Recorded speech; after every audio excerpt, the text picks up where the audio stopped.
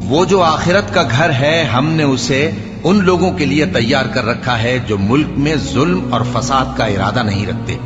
اور انجام نیک تو پرہیزگاروں ہی کا ہے۔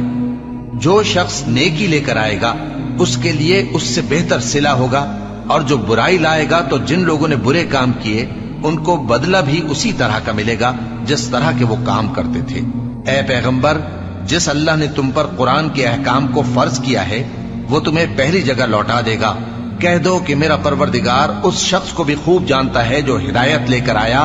اور اس کو بھی جو کھلی گمراہی میں ہے۔ اور اے نبی،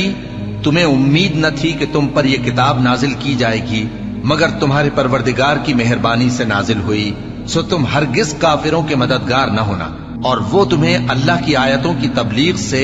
بعد اس کے کہ وہ تم پر نازل ہو چکی ہیں روک نہ دیں، اور اپنے پروردگار کو پکارتے رہو اور مشرکوں میں سے